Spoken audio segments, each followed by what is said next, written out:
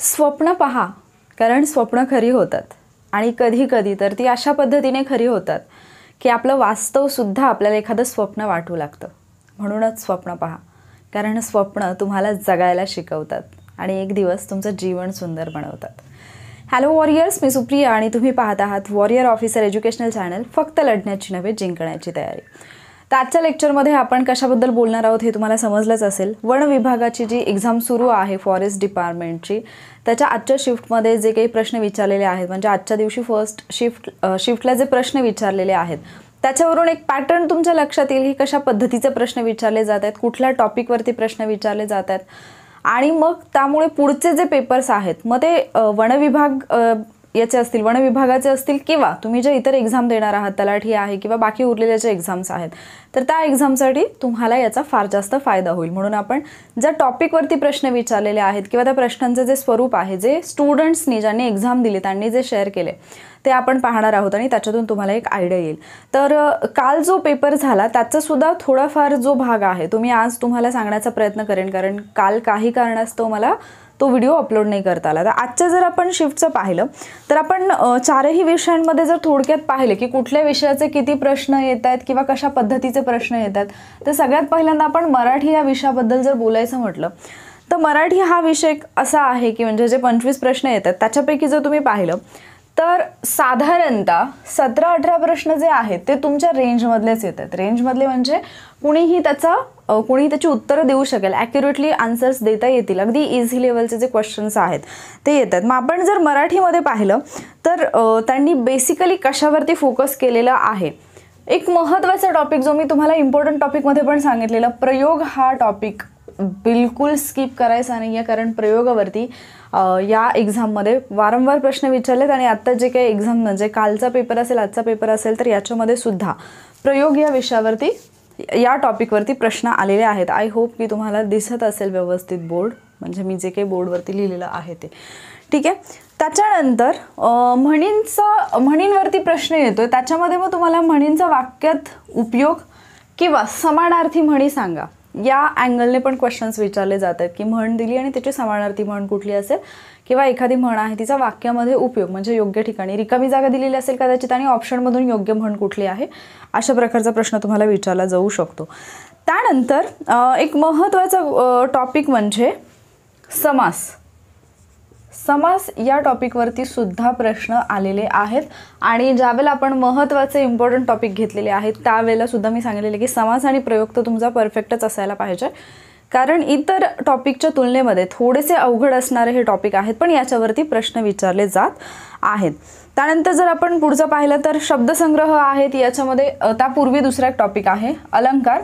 तर याच्याबद्दल मी बोलले होते की इम्पॉर्टंट टॉपिकमध्ये दिलं नाही तर सोडून देऊ नका, कारण अलंकारवरती सुद्धा प्रश्न पाहायला मिळतील एक्झाममध्ये आणि अलंकारवरती सुद्धा प्रश्न पाहायला मिळतात.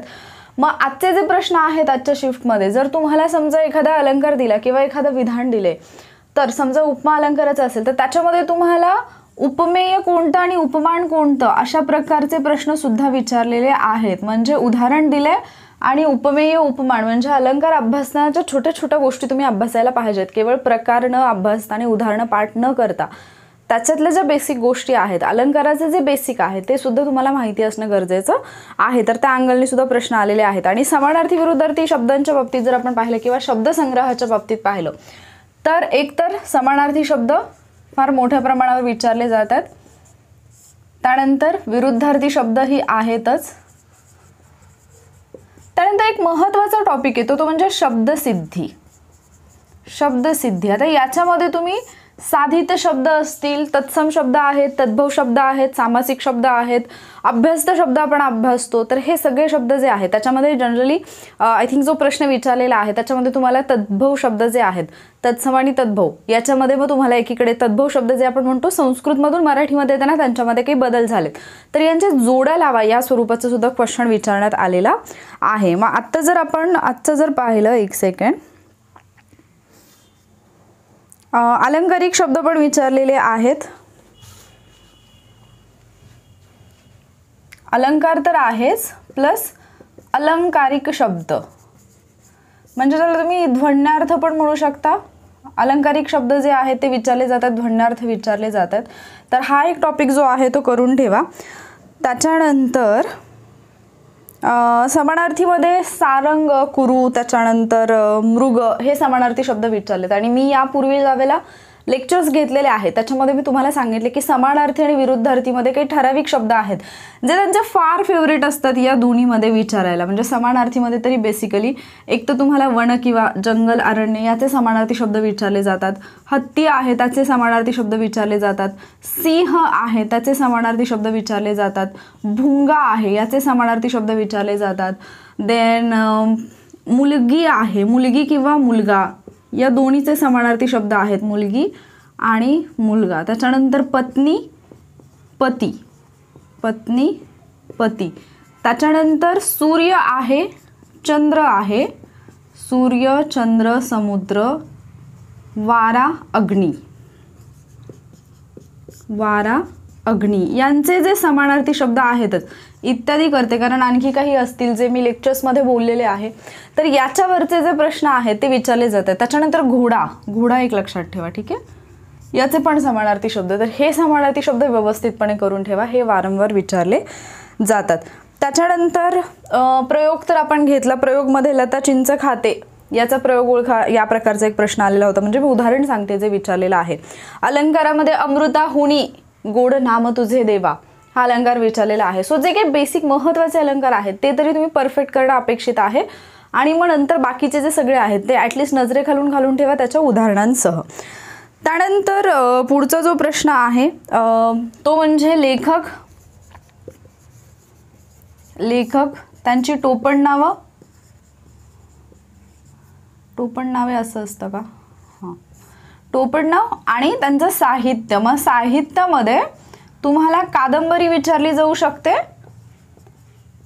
किंवा एखादं त्यांचं गाजलेलं नाटक सुद्धा विचारलं जाऊ शकतं. त्यामुळे जे महत्त्वाचे लेखक आहेत ते पाहून ठेवा. आज जे विचारलेलं आहे ते रुक्मिणी स्वयंवर आहे आणि आय थिंक झोंबी एक विचारलेली होती कालच्या याच्यामध्ये. सो जे लेखक आहेत, जे म्हणजे गाजलेले लेखक आहेत त्यांचे जे साहित्य आहेत ते करून ठेवा. जसं की शाहीर अण्णाभाऊ साठे आहेत तर त्यांचं साहित्य हे तुम्हाला माहिती असायला पाहिजे, कारण त्यांच्याशी विशेष दिन आज आहे, त्यांच्याशी संबंधित असणारा विशेष दिन तुम्ही वाचलं असेल त्यांच्याबद्दल. या गोष्टी आहेत. त्याबरोबर झेंडूची फुले हा एक विचारलेला आहे. त्याचबरोबर पानझड विचारलेला आहे. पहा, पुस्तकंसुद्धा विचारले. झेंडूची फुले कोणाचं आहे, रुक्मिणी स्वयंवर कोणाचं आहे, त्याच्यानंतर पानझड कोणाचं आहे, या प्रकारचे प्रश्न येऊन गेलेले आहेत. मग आता इथे जर पाहिलं आपण तर हे तर आहेतच. शब्दसिद्धीमध्ये काय काय आहे? तत्सम शब्द, तद्भव शब्द विचारलेत, प्रत्यय विचारलेत, उपसर्ग विचारलेत, साधित शब्द पण विचारलेले आहेत. हे सगळं शब्दसिद्धीमध्ये आहे. त्याच्यानंतर शुद्ध वाक्य विचारलेलं आहे, शुद्ध, अशुद्ध, ठीक आहे. म्हणजे शुद्ध वाक्य अशुद्ध दिलेलं असेल आणि त्याच्यातून तुम्हाला शुद्ध ओळखायला सांगितलेलं असेल. आणि विभक्ती, विभक्ती. आता इथे जे मी अलंकारिक शब्द दिले यालाच तुम्ही ध्वन्यार्थ असं सुद्धा म्हणून घेऊ शकता. जसं की आपण समजा पाठ, पाठ हा शब्द वापरत असू, पाठ, तर पाठ कशा कशाला म्हणतात, ठीक आहे. मग वेगवेगळे बसायचा पाठ असेल, पाण्याचा पाठ असेल असा, तर त्या पद्धतीचे शब्द जे आहेत ते विचारले जातात.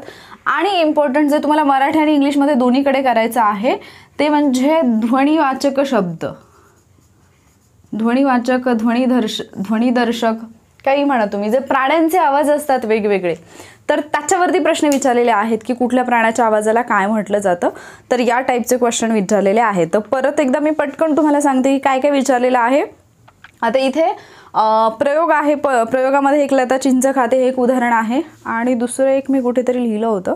अगदी सिम्पलवाली उदाहरणं विचारलेत, पण त्याच्यातून तुम्हाला प्रयोग व्यवस्थित ओळखता आला पाहिजे. आय थिंक कर्मणी प्रयोगावरती जास्त प्रश्न येतात. जो आपला पुराण कर्मणी आहे त्याच्यावरती प्रश्न आहेत. मग तुम्हाला पुराण कर्मणीवरती पण येईल, म्हणजे प्राचीन ज्याला तुम्ही म्हणताय, किंवा नवीन कर्मणीवरती पण येईल जिथे कडून हा प्रत्यय असेल किंवा त्याच्यामध्ये कर्ता हा लपलेला सुद्धा असू शकतो. तर ते दोन्ही जे अँगल आहे ते पाहून घ्या. कर्मणी प्रयोगाचे जास्त प्रकार आहेत त्याच्यामुळे ते. आणि भावे प्रयोगाचं पण एक उदाहरण जे आहे ते विचारण्यात आलेलं होतं. त्याच्यानंतर अलंकारांमध्ये तुम्हाला उपमेय, उपमांत विचारलेत, प्लस तुम्हाला अलंकार ओळखा या प्रकारची सुद्धा उदाहरणं दिलेली आहेत की विधान दिले सरळ सरळ, म्हणजे उदाहरण दिले आणि कुठला अलंकार आहे हे ओळखायला सांगितलेलं आहे. लेखक आणि पुस्तकं फार महत्त्वाचे. 2-3 प्रश्न जे आहेत ते तुम्हाला पाहायला मिळतात लेखकांवरती, टोपण नावांवरती. ठीक आहे. त्यानंतर प्रयोग मी आत्ताच सांगितलं तुम्हाला. समानार्थी शब्द आहेत, विरुद्धार्थी शब्द आहेत, अलंकारिक शब्द आहेत. त्याच्यानंतर शुद्ध वाक्य, अशुद्ध वाक्य आणि शब्दसिद्धी, हे जे टॉपिक आहेत जे इथे मी ऑलमोस्ट म्हणजे लिहून दिलेले आहेत. या प्रत्येक टॉपिकवरती प्रश्न आहेत. काही टॉपिकवरती 3-3 प्रश्न सुद्धा आलेले आहेत. त्याच्यामुळे हे करताना व्यवस्थितपणे परफेक्ट करून जा. ठीक आहे. तर हे सगळं मराठीचं होतं. आता मराठीसाठी काही जे व्हिडिओज आहेत ते मी ऑलरेडी दिलेले आहेत, क्वेश्चन आन्सर फॉर्मॅटमध्ये असतील किंवा जे डेमो लेक्चर म्हणून दिलेले आहेत यापूर्वी. तर मराठीची जी प्लेलिस्ट आहे तिथे जाऊन ते व्हिडिओज पहा, किंवा तलाठी भरती स्पेशल क्लासमध्ये जे मी लेक्चर्स घेतलेले आहेत. बऱ्याच जणांना असं वाटतं की ते केवळ तलाठीसाठी आहे, तर नाही. TCS IBPS ज्या पण एक्झाम घेतील त्या प्रत्येक एक्झामसाठी ते हेल्पफुल ठरू शकतात. त्यामुळे जे क्वेश्चन आन्सर फॉर्मॅटमधले लेक्चर्स आपण घेतलेले आहेत ते घ्या. बऱ्याचदा तुम्ही हे सोपं आहे म्हणून त्याला इग्नोर करताय की मराठी आहे, चला इझी आहे, मला येते, मला काही पाहायची गरज नाही आहे. पण असं करणं हे तुमच्यासाठी धोकादायक ठरू शकतं. त्यामुळे सोपा जरी वाटला विषय तरी त्याला इग्नोर करू नका. ठीक आहे. त्याच्यानंतर आता मला हे वेगवेगळ्या स्टुडंटनी पाठवलेले आहेत, त्यामुळे मला वेगवेगळ्या ठिकाणी पाहावं लागते. काव्यसंग्रह, कादंबरी, समानार्थी, विरुद्धार्थी, प्रयोग, उपमेय, उपमान. उपमेय आणि उपमानावरती आज प्रश्न आलेले आहेत. ठीक आहे. तर ते लक्षात ठेवा. त्याच्यानंतर आपण जो दुसरा विषय घेतला तर तो आहे इंग्लिश. आता इंग्लिशमध्ये जे प्रश्न आलेले आहेत, तर इंग्लिशचे जे इम्पॉर्टंट टॉपिक आहेत ते तुम्ही समजून घेणं फार गरजेचं आहे की इंग्लिशमध्ये जे प्रश्न येतात ते कोणत्या स्वरूपामध्ये येतात. एक तर सगळ्यात इम्पॉर्टंट टॉपिक जो TCSचा फेवरेट आहे तो म्हणजे पॅराजंबल. आणि पॅराजंबलचे क्वेश्चन कसे सोडवायचे याचा ट्रिकचा एक व्हिडिओ मी तुम्हाला दिलेला आहे, ज्याच्यामध्ये पॅराजंबल जरी तुम्हाला इंग्लिश येत नसेल, तितकं तुमचं स्ट्रॉंग नसेल, तरी पॅराजंबलचे क्वेश्चन्स तुम्ही कशा पद्धतीने सॉल्व्ह करू शकता, टॅकल करू शकता, त्याच्या ट्रिक मी त्याच्यात दिलं.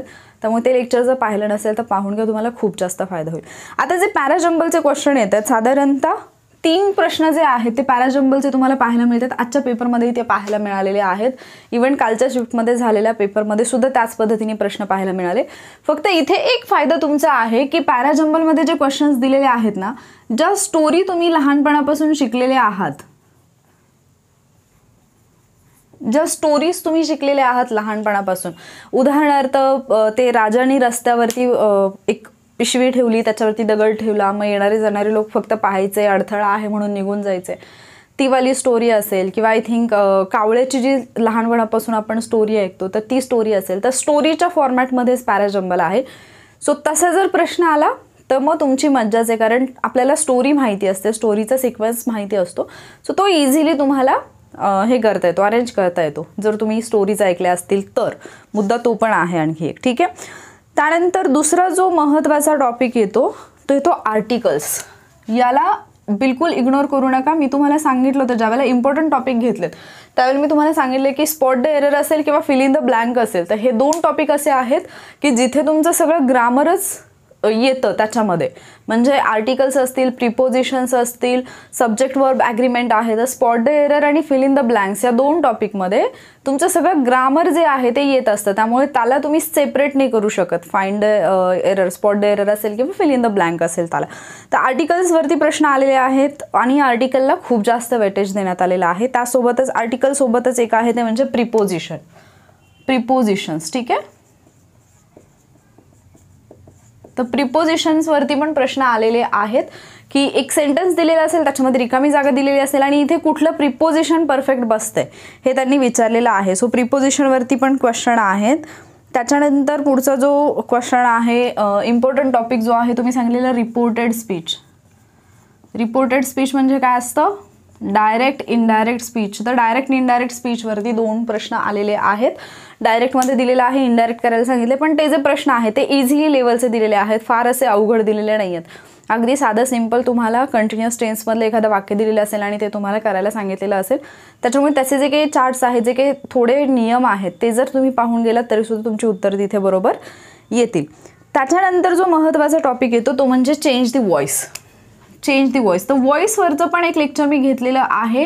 त्याच्यामध्ये पण तुम्हाला मी ट्रिक्स दिलेल्या आहेत की फक्त एक चार्ट जो आहे तो तुम्हाला पाहायचा आणि त्या चार्टवरून तुम्ही याच्यातून म्हणजे ॲक्टिव्ह व्हॉईसमधून पॅसिव्ह व्हॉईसमध्ये जाऊ शकता, पॅसिव्हमधून ॲक्टिव्हमध्ये येऊ शकता, खूप इझी पद्धतीने येऊ शकता. तर ॲक्टिव्ह आणि पॅसिव्ह व्हॉईसचं क्वेश्चन आलेला आहे. त्याच्यानंतर स्पेलिंग करेक्शनचा हे आलेला आहे, क्वेश्चन आलेला आहे. ठीक आहे, स्पेलिंग, करेक्ट स्पेलिंग ओळखा याच्यामध्ये. आणि मग तुम्हाला माहिती पाहिजे की ज्यावेळेला करेक्ट स्पेलिंग येतं त्यावेळेला जे वर्ड येतात त्याच्यामध्ये मग शेवटी डर आहे की डार आहे, त्याच्यानंतर EOUS आहे की IOUS आहे, या प्रकारचे जे क्वेश्चन्स असतात ते क्वेश्चन्स जनरली विचारले जातात, कारण तिथेच मुलांचं खूप जास्त कन्फ्युजन होत असतं. त्यामुळे त्या टाईपचे जे वर्ड्स आहेत ते पाहून ठेवा. आणि मी नेहमी सांगितलं की ज्यावेळेला तुम्ही स्पेलिंग करताय, करेक्ट स्पेलिंग करताय, त्यावेळेला ते वर्ड्स तुमच्या हाताखालून जाणं गरजेचं आहे, लिहून काढणं एकदा गरजेचं आहे. जेव्हा तुम्ही ते लिहून काढता तर ते जास्त इफेक्टिव्हली तुमच्या लक्षात राहतं, कारण जेव्हा प्रश्न येतो त्यावेळेला स्पेलिंग वाचणं आणि जर तुमचा हात बसलेला असेल तर लगेच तुम्हाला कळतं की हे स्पेलिंग चुकीचं आहे की करेक्ट आहे. त्यामुळे ते एक करा. त्याच्यानंतर जर आपण गेलो वोकॅबलरीकडे, तर वोकॅबलरीमध्ये इडियम अँड फ्रेजेस विचारलेले आहेत. ठीक आहे, हा फेवरेटवाला पार्ट आहे त्यांचा, इडियम आणि फ्रेजेस. सो 3-4 क्वेश्चन्स याच्यावरती पाहायला मिळतात. मग तुम्हाला त्याचं मीनिंग विचारलेलं असेल किंवा सेंटेन्समध्ये यूज विचारलेला असेल, त्याच्याशी रिलेटेड सिनॉनिम असणार किंवा फिल इन द ब्लँक देऊन करेक्ट ओळखा, या प्रकारचे प्रश्न विचारलेत. आणि मीनिंग विचारलेलं आहे 3-4 जे आहेत तर तिचं मिनिंगच डिरेक्टली विचारलेले आहेत. त्याचबरोबर वन वर्ड सबस्टिट्यूशन आहे, वन वर्ड सबस्टिट्यूशन. याच्यामध्ये वन वर्ड सबस्टिट्यूशनमध्ये तुम्हाला हे विचारलेले आहेत, काही फोबिया विचारलेले आहेत. ठीक आहे, सो काल एक फोबिया विचारलेला, आज एक फोबिया विचारले. सो वेगवेगळे फोबियाज जे आहेत ते तुम्हाला विचारले जातील. त्याचबरोबर जे मी इकडे सांगितलं तुम्हाला ध्वनिवाचक शब्द जे सांगितले, सो ॲनिमल्सचे जे साऊंड्स आहेत त्याला काय म्हटलं जातं, म्हणजे एखादा ॲनिमल आहे, जसं आपण मोराचा केकाराव वगैरे म्हणतो, केकाराव, तर त्या पद्धतीने जे प्राणी आहेत, सिंहाची डरकाळी, वाघाची डरकाळी, या पद्धतीने. सो जे प्राण्यांचे जे आवाज आहेत त्याला इंग्लिशमध्ये काय म्हणतात, ते जे शब्द आहे ते करा. अगदी छोटासा चार्ट आहे, तुम्ही कुठलंही बुक रेफर करत असाल तरी त्याच्यामध्ये ते दिलेले आहेत चार्ट, तर ते चार्ट करून घ्या, तिथून तुम्हाला ते खूप जास्त व्यवस्थितपणे लक्षात राहील. त्याच्यानंतर इंग्लिशमध्ये जर आपण पाहिलं, सिनॉनिम अँटोनिम प्रत्येकी 3-3 शब्द आहेत. ठीक आहे, सिनॉनिम आणि अँटोनिम याचे प्रत्येकी 3-3 प्रश्न जे आहेत ते तुम्हाला विचारलेले आहेत. कशामध्ये, तर इंग्लिशच्या वोकॅबलरीमध्ये. डायरेक्ट इनडायरेक्ट आहे, वन वर्डचे 3 आहेत, पॅराजंबलचे 3 आहेत आणि स्पॉट द एरर पण 3 आहेत. स्पॉट द एरर पण 3 आहेत, लक्षात ठेवा. मग हे जे स्पॉट द एरर विचारले जात आहेत ना, त्याच्यामध्ये तुम्हाला स्पेलिंग मिस्टेक जी आहे ती विचारली जाते. देन प्रोवर्ब पण विचारलेले आहेत, 2 प्रोवर्ब पण विचारलेल्या आहेत. आणि मग प्रोवर्बचं जे लेक्चर आहे ते सुद्धा मी दिलेलं आहे, इडियम फ्रेजेसचं लेक्चर पण दिलेलं आहे. वन वर्ड सबस्टिट्यूशनची तर मी 100 मार्क्सची एक टेस्ट घेतलेली आहे, त्याच्यामध्ये ते 100 क्वेश्चन्स जे आहेत ते तर कव्हर केलेत, प्लस त्याच्यातूनच म्हणजे जे ऑप्शनमध्ये इतर दिलेले वर्ड्स आहेत ते सुद्धा मी करून घेतलेले आहेत. त्यामुळे ते जर पाहिलं नसेल तर पाहून घ्या. सो चेंज दी व्हॉइस आहे, डायरेक्ट इनडायरेक्ट आहे, प्रिपोजिशन आहे, आर्टिकल आहे आणि एक महत्त्वाचा टॉपिक राहिला तो म्हणजे टेन्स. टेन्स, मग टेन्समध्ये जे क्वेश्चन येतात ते तुमचे इफ क्लॉजमध्ये पण जातील, कंडिशनल सेंटेन्सेसवरती पण येऊ शकतं, किंवा एखादा वाक्य सरळ सरळ दिलं असेल त्या वाक्याचा काळ कोणता हे विचारलेलं असेल, किंवा तुम्हाला प्रश्नातच दिलं जाईल की म्हणजे या काळात वाक्य कशा पद्धतीने, म्हणजे कुठलं वर्ब येईल, आणि ऑप्शनमध्ये वर्बचा फॉर्म दिलेला असेल की जर तुम्हाला पास्ट टेन्स विचारलं तर खाली तुम्हाला फॉर्म दिलेले असतील की त्याच्यातून तुम्ही कुठला फॉर्म सिलेक्ट करा. या प्रकारचे जे क्वेश्चन्स आहेत ते तुम्हाला म्हणजे पाहायला मिळतील झालेल्या एक्झाममध्ये. आता हे जे काही क्वेश्चन्स आलेले आहेत, एक सेकंड, आणखी काही स्टुडंट जे आहेत ते सेंड करत आहेत क्वेश्चन्स, तर यांनी GKचे पण पाठवलेले आहेत आणि मॅथ्स रिझनिंगचे पण पाठवलेले आहेत. बट GK आणि मॅथ्स रिझनिंगसाठी मी सेपरेट व्हिडिओ घेऊन येईन. आत्ता फक्त मराठी इंग्लिशचंच सांगते. याच्यामध्ये आणखी काय राहिलं माझं, फ्रेजेस झाले, पॅराजंबल झालं, direct indirect voice, preposition, articles, antonym, synonym. Then हां, एक जो टॉपिक आहे प्रोनाऊनवरती आहे, एक मिनिट. प्रोनाऊन जे आहे, प्रोनाऊन त्याचे टाईप्स विचारलेत. आता एक गोष्ट लक्षात घ्या, नाऊन असेल, प्रोनाऊन असेल, ॲडजेक्टिव्ह असेल, त्याच्यानंतर वर्ब असेल तर याचे जे टाईप्स आहेत ना ते टाईपसुद्धा करून ठेवा, कारण आय थिंक रेसिप्रोकल प्रोनाऊनवरती पण प्रश्न येऊन गेलेला आहे. सो नाऊन, प्रोनाऊन, ॲडजेक्टिव्ह, वर्बचे जे 4 लेक्चर्स आहेत प्लस मूडचे एक लेक्चर आणि कंडिशनल सेंटेन्सेसचे एक लेक्चर, हे लेक्चर्स फ्रीमध्ये मी दिलेले आहेत आपल्या वॉरियर सुप्रिया या यूट्यूब चॅनलवरती. तिथे तुम्हाला इंग्लिश विथ सुप्रिया ही एक प्लेलिस्ट मिळेल, तर ती प्लेलिस्ट पहा. तिथे तुम्हाला इंग्लिशचे काही व्हिडिओज मिळतील आणि प्लस इकडे मी खूप सगळे म्हणजे तलाठी भरती स्पेशल क्लास जे आहे तिथे तुम्हाला खूप सगळे इंग्लिशचे व्हिडिओज जे आहेत ते मी अवेलेबल करून दिलेत, तर तिथून पहा. आता हे जे टॉपिक सांगितलेले आहेत ना, तुम्हाला हवं तर तुम्ही याचं स्क्रीनशॉट काढून घ्या. इकडे मराठीचे दिलेत प्रयोग, म्हणी, समास, अलंकार, समानार्थी, विरुद्धार्थी शब्द, शब्दसिद्धी, अलंकारिक शब्द, चलध्वन्यार्थ, या म्हणजे दोन्ही कुठल्याही अँगलने तो वाचलं तरी चालेल. त्याच्यानंतर लेखक, टोपणनाव आणि साहित्य, शुद्ध अशुद्ध शब्द किंवा वाक्य आणि विभक्ती. आता विभक्तीमध्ये डिरेक्टली विभक्तीवरचे प्रश्न आलेले नाही आहेत की म्हणजे विभक्ती ओळखा, पण विभक्तीचं जे बेसिक आहे ना त्याच्यावरती प्रश्न विचारलेले आहेत की म्हणजे जे आपण हे पाहतो ना विभक्तीचे प्रत्यय आणि कर्ता करण ते जे पाहतो आपण कर्म, तर ते विचारलेलं आहे. ठीक आहे. आणि इकडे जे आहे पॅराजंबल, जनरली स्टोरी विचारली आहे. नशीब चांगलं असेल तुम्हाला स्टोरीवरती क्वेश्चन आले तर ते इझी जातील. आर्टिकल्स आहेतच, ए अँड द परफेक्ट करून ठेवायचे की कुठे येतं आणि कुठे येत नाही. देन प्रिपोजिशन्स आहेत, रिपोर्टेड स्पीच आहे. देन व्हॉइसवरती विचारले, चेंज दी व्हॉइस. त्याच्यानंतर स्पेलिंग्स आहेत, इडियम अँड फ्रेजेस आहेत, सिनोनिम, अँटोनिम आहेत. ठीक आहे. वन वर्ड सबस्टिट्यूशनचे लेक्चर्स मी घेतलेले आहेत. सो वन वर्ड सबस्टिट्यूशन जे आहेत ते करा. त्याच्यामधले फोबियाज पण व्यवस्थित करून ठेवा. साऊंड विचारलेले आहेत ॲनिमल्सचे. स्पॉट डे एररमध्ये सेंटेन्स पण विचारलेलं असू शकतं आणि स्पेलिंग पण विचारलेलं आहे. तर स्पेलिंग मी इकडे सेपरेटली लिहिलं आहे. तर स्पॉट डे एररमध्ये स्पेलिंगमध्ये पण मिस्टेक विचारली आहे आणि सेंटेन्समध्ये पण विचारली. प्रोवर्ब आहेत म्हणजे म्हणी करायच्या आहेत. टेन्सवरती क्वेश्चन आहेत आणि प्रोनाऊनचे टाईप आहेत. तर हे काही महत्त्वाचे टॉपिक आहेत ज्याच्यावरती प्रश्न विचारलेत. अजूनही आजच्या शिफ्टचे जे प्रश्न आहेत ते काही स्टुडंट पाठवत आहेत की कुठले विचारले होते. तर आजचं जे झेंडूची फुले आहे ते प्रल्हाद केशव अत्रे यांचं आहे. साष्टांग नमस्कार त्यांचंच आहे. तो मी नव्हेच त्यांचंच आहे. कवडी चुंबक, त्याच्यानंतर ब्रह्मचारी, डॉक्टर लागू, मोरूची मावशी खूप महत्त्वाचं आहे, याच्यावरती प्रश्न बनू शकतो. फुले आणि मुले, कऱ्हेचे पाणी, हे महत्त्वाची काही पुस्तकं आहेत तर ना ही लक्षात ठेवा. ठीक आहे. तर अशा पद्धतीने मराठीचे आणि इंग्लिशचे जे प्रश्न विचारलेले आहेत म्हणजे ज्या टॉपिकवरती प्रश्न विचारलेले आहेत ते मी घेऊन आले. GKचे जे प्रश्न विचारलेले आहेत ते आणि मॅथ्स रिजनिंगचे जे आहेत ते मी सेपरेट व्हिडिओमध्ये घेऊन येईन. ठीक आहे. सो आत्ता जर उरलेल्या दिवसामध्ये उद्या किंवा परवा तुमचा जो पेपर असेल तर त्या पेपरची या अनुषंगाने तयारी करा, म्हणजे रिव्हिजन करा. तयारी काय, आता तुम्ही सगळं तर नाही वाचू शकत, पण जे वाचले तर या टॉपिकला प्राधान्य द्या आणि त्याची रिव्हिजन व्यवस्थितपणे करा. GK आणि मॅथ्सचं डेफिनेटली टॉपिक हवे असतील तर ते मी घेऊनच येईन. हा व्हिडिओ हेल्पफुल वाटला की नाही हे मला नक्की सांगा. जे काही प्रयत्न सुरू आहेत माझ्याकडून ते जर तुम्हाला पटत असतील, आवडत असतील तर व्हिडिओला लाईक आणि शेअर न विसरता करा. लवकरच भेटूया पुढच्या लेक्चरमध्ये. थँक्यू.